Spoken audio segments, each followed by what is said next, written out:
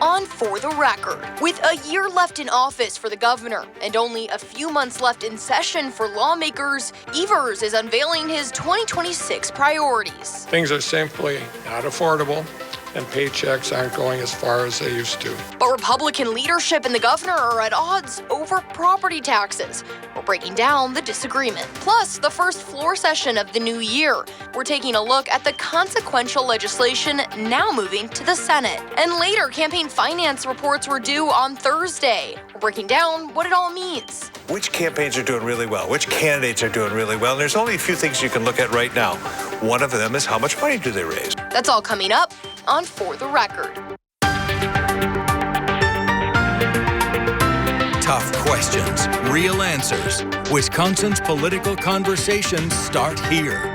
This is For the Record. Welcome to For the Record. I'm Ellie LaLiberte. We start this week with a major healthcare provider in Wisconsin announcing an indefinite halt on some forms of gender-affirming care. UW Health cited a December announcement from the U.S. Department of Health and Human Services that it would cut federal funding for Medicaid and Medicare from hospitals that provide gender-affirming care to children. News 3 Now's Arman Rahman shows us the impact the halt is having.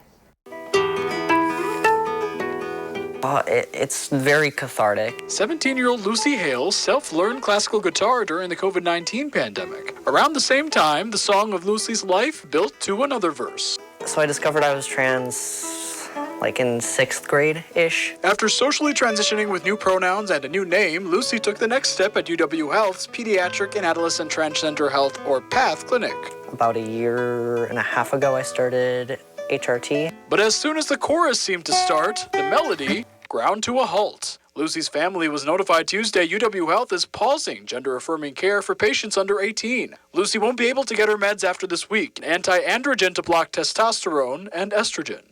It's really hard news to hear. Meds, she says, were essential in working through gender dysphoria.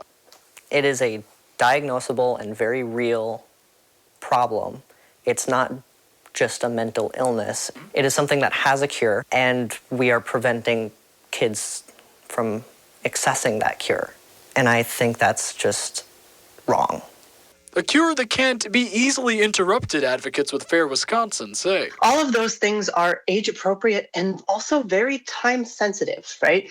When you think about when puberty starts, it starts and there's no turning back. And so you really have to figure out a way to make sure this care meets the age and the individual. Many Republicans, like Assembly Speaker Robin Vos, believe gender-affirming care is wrong, and pausing was the right move. Well, frankly, that should have happened a long time ago.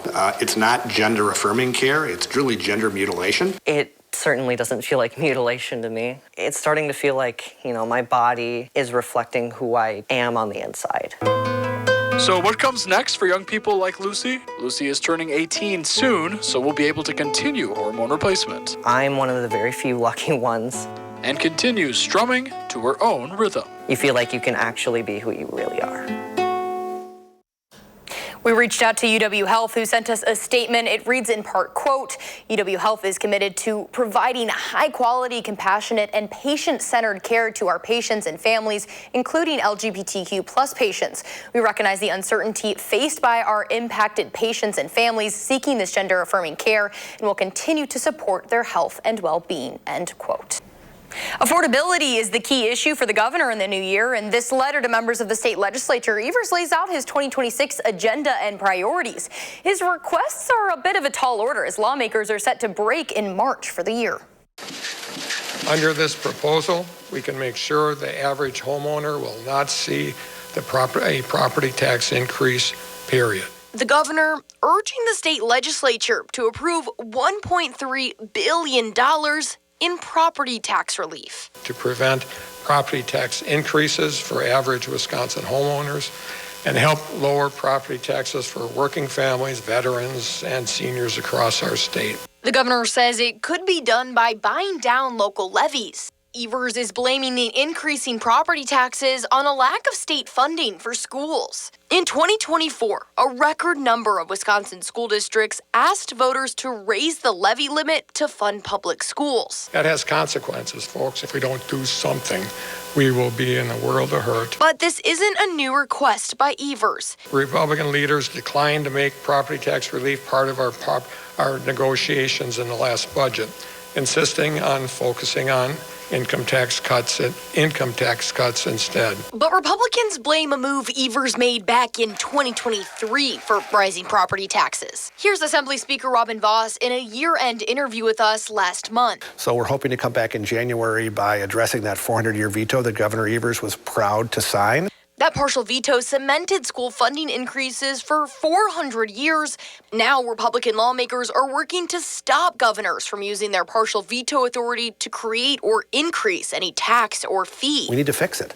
So hopefully we can get some bipartisan agreement that this cannot be sustained going forward. Before that 400-year veto, we were going to referendum all the time, so they can use that as an excuse if they want to. Let's just get this done. Another priority, lowering prescription drug prices and expanding postpartum Medicaid coverage. I also agree that new moms should get Medicaid coverage for 12 months instead of just a lousy 60 days. Wisconsin is just one of 2 states that has not expanded that coverage. Assembly Speaker Vos blocked a vote on the issue last year. I'm always open to negotiation. If there's a way to make it happen, I'm open to it, but not if it's expanding welfare. So that's pretty much a shutdown no for you, it sounds like. We'll see what happens, but you'll have to wait and see. The legislation does have bipartisan support and has already passed the Senate.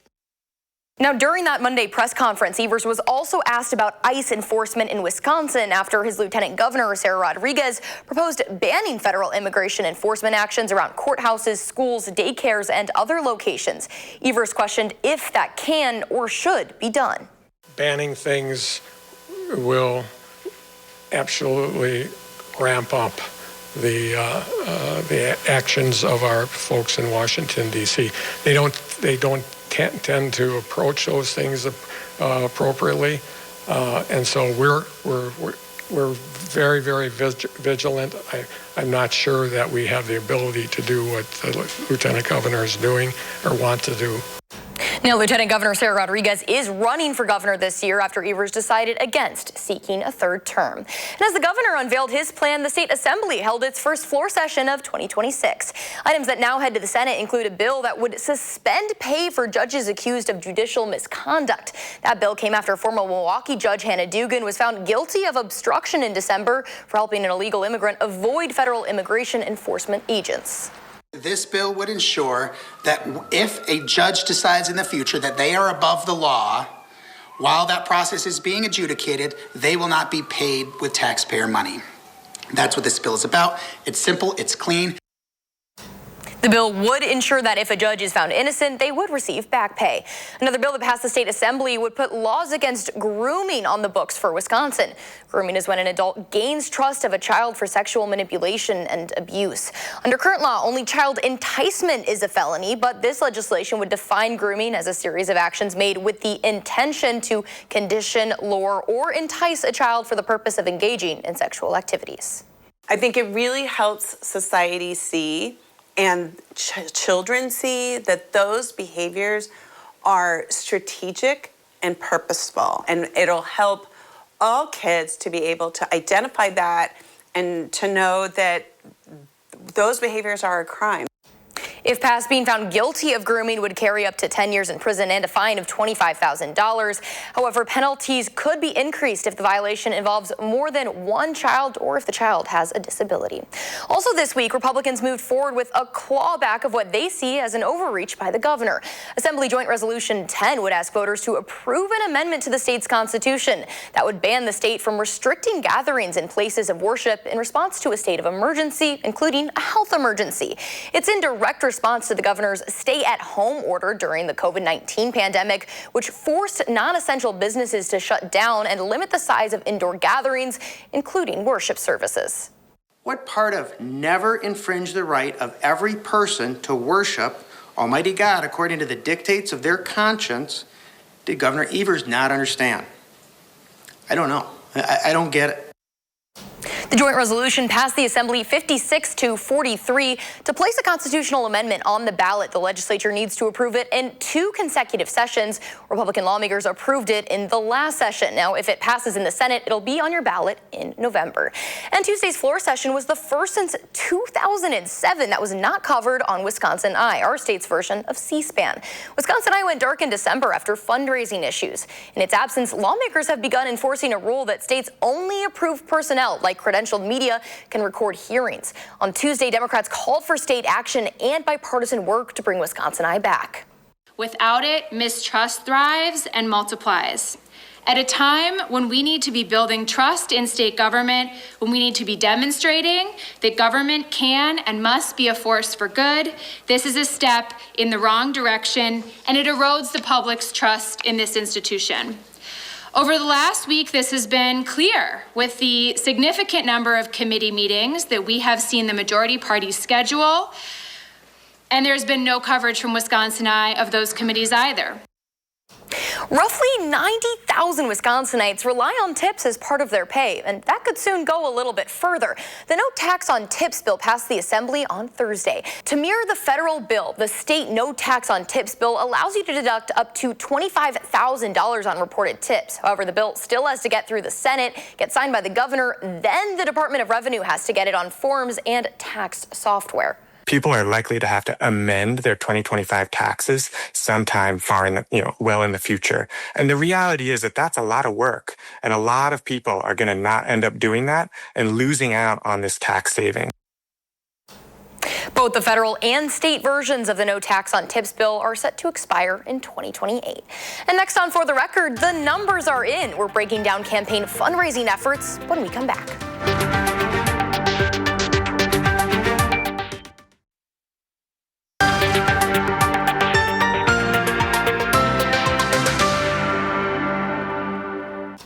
Welcome back to For the Record. On your screen now are the candidates in the race for governor on the Democratic side. It's the first time in more than a decade the race has been open with no incumbent running. And now here are the Republicans running. Now the primary election is on August 11th with the general taking place on November 3rd. We have bios for all of these candidates on our website. And the nonpartisan races are in April. The statewide race on the ballot is for a seat on Wisconsin's High Court. The Liberal candidate in the race is Chris Taylor and the conservative is Maria Lazar. And for a little extra context here, Liberal candidates have won 4 of the past 5 Supreme Court races in Wisconsin. Even if Liberals lose the April election, they will still hold the majority through at least 2028. Last spring's spending for the Wisconsin Supreme Court was over $100 million, according to the Brennan Center for Law. But right now, it's not looking like we're going to break that record. Campaign finance reports were due on Thursday. And to help break it all down, I sat down with political analyst and former Republican strategist Brandon Scholes just as we were beginning to see these numbers come out. Thanks for joining us today. Nice to be here. So I want to get started because we're seeing these numbers roll in, but I want to kind of talk about why they matter. Why should we pay attention to fundraising? Well, at this stage of the game, really early, people want to know which campaigns are doing really well, which candidates are doing really well. And there's only a few things you can look at right now. One of them is how much money do they raise? Have they raised a lot of money? And where did they get it from? Did they get it from like 2 or 3 really rich people? Or did they get it from a couple hundred people that wrote small dollar checks? So those things are important. If you're getting money from lots of people, a lot of $100 checks and 25, and you have a couple of thousand donors, that suggests a really nice base of support.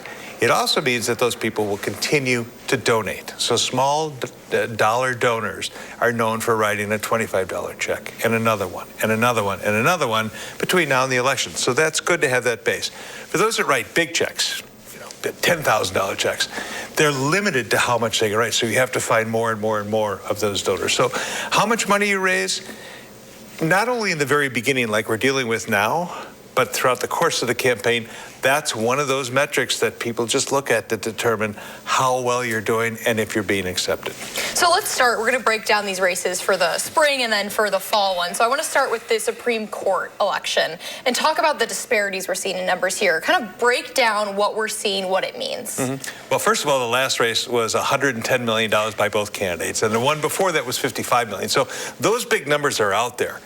In this race, people are going to look at this race and say, well, how are you doing compared to that one?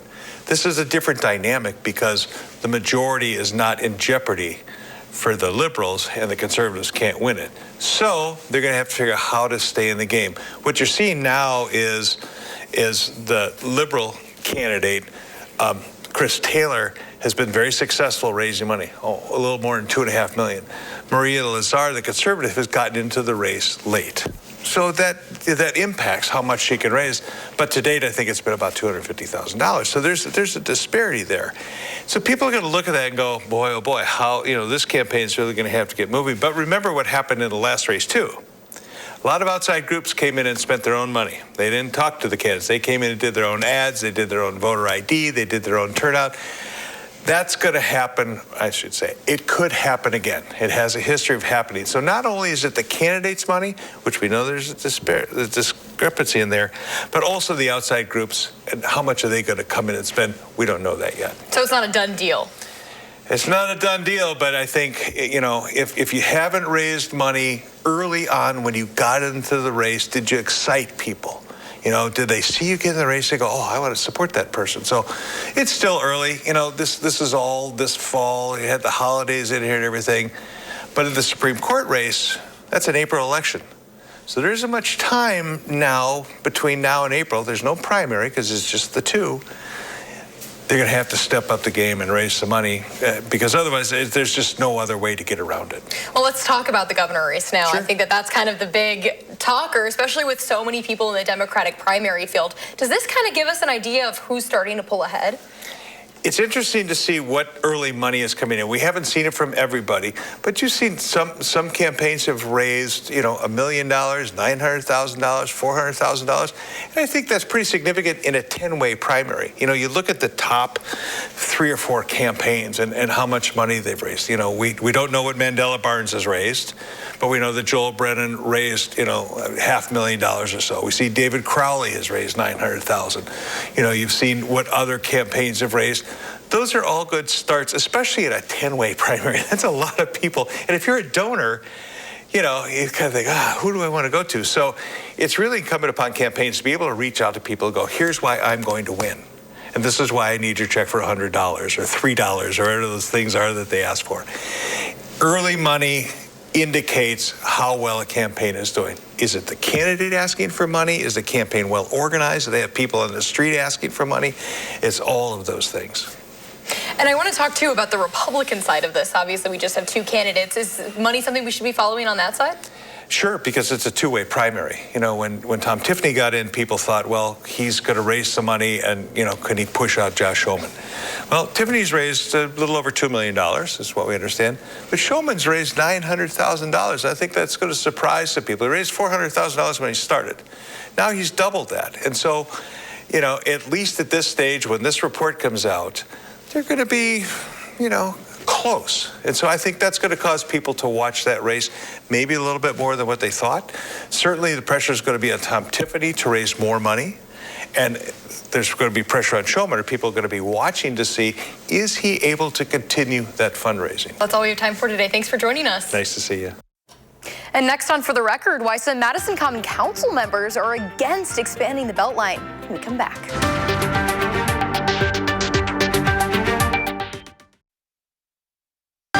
Welcome back to For the Record.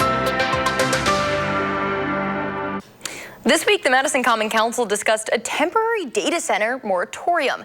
It would halt the issuing of zoning certificates for data centers in Madison for up to a year. This only applies to centers with a floor area bigger than 10,000 square feet. In a report from the city's planning division, staff say while data centers can benefit the community, the city needs time to plan how the creation of new data centers would impact its long-term land use plans. And some members of the city council are opposing an expansion on the Beltline. A mayoral resolution was brought forth this week criticizing the impact an expansion would have on residents. That includes adding more lanes to the Beltline and adding 20 more miles to its length. One Madison alder says there is one key issue that's driven the pushback on the changes. And I don't have the exact number, but I think it's on the order of like 20 to 30 homes and a number of apartment buildings as well as businesses that would have to be demolished in order to make way for those changes. So that was a major thing that we were discussing because obviously you're talking about people's homes. The council's resolution will now go to the Transportation Commission on January 21st before returning to the Common Council on February 10th. There could soon be an end to high fees from resellers for concerts and sporting events in Wisconsin. This week, Republican senators held a hearing for a bill that would cap price increases and push for clear ticket prices from resellers. Madison Alder Tag Evers sells tickets firsthand through his business, True Endeavors. He says ticket scalping is out of control. Ticket scalping used to be kind of an every so often kind of thing, but it's now on steroids, and it's hurting our business. Republican lawmakers say that these companies are taking advantage of Wisconsin residents, but the nonprofit Ticket Policy Forum, which represents secondary ticket market, says resellers are needed to protect customers from buying fake tickets and help people save money. For the record, we'll be right back.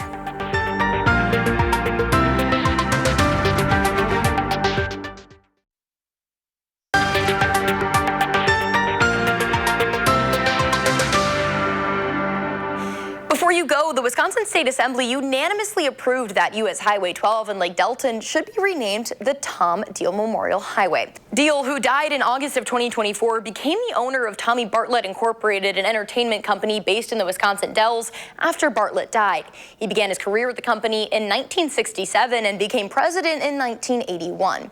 He was also inducted into the Wisconsin Water Ski Federation Hall of Fame in 2013. This legislation now awaits Senate approval and then heads to the governor's desk for his signature.